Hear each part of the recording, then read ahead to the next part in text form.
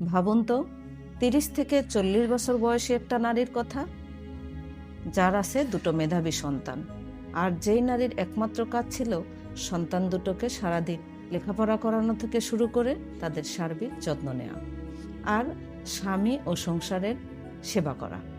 অথচ সেই নিশ্চিন্তে, নির্ভয়ে ও চরম বিশ্বাসের সাথে সংসার করা নারীটা যখন জানতে পারে যে তার স্বামী অন্য নারীতে ভয়ঙ্করভাবে আসক্ত, অর্থাৎ পরকীয়ায় আসক্ত, তখন ওই নারীর অবস্থা ঠিক কতটা ভয়াবহ হতে পারে।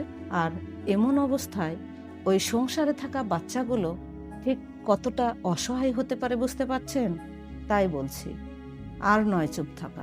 পরকীয়ার মতো ভয়ঙ্কর ব্যাধি যে প্রকোপ আকার ধারণ করেছে আমাদের সমাজে, তাতে এর জন্য অতি দ্রুত কঠোর শাস্তির ব্যবস্থা করতে হবে এবং ইসলামিক শাসন ব্যবস্থা চালু করতে হবে। নইলে এই ভয়ঙ্কর সমস্যা থেকে আমরা কখনোই মুক্তি পাব না। যুগ যুগ ধরে স্বামীদের নিপীড়নের ঘটনা চেপে রেখে আমরা স্ত্রীরা শুধু এই ভয়ঙ্কর অপরাধটাকে দিন দিন বাড়িয়েই তুলছি। পবিত্র হাদিস শরীফে বর্ণিত আছে, জুলুমকারী, জুলুমে সাহায্যকারী এবং জুলুম সহ্যকারী, এই 3 ব্যক্তি বেহেশতে যাবে না। তাই বলছি, যেসব স্বামী বা স্ত্রী পরকীয়া করছেন, তারা তার পরিবারের সাথে এক ভয়ঙ্কর জুলুম করছেন। আর আমরা মানুষ নামক জাতিগোষ্ঠী নীরব থেকে সেই ভয়ঙ্কর সমস্যাটাকে দিন দিন বাড়িয়েই তুলছি। আর এতে আমরা সবাই একসাথে অপরাধ করছি এবং পরকালটাও হারাচ্ছি।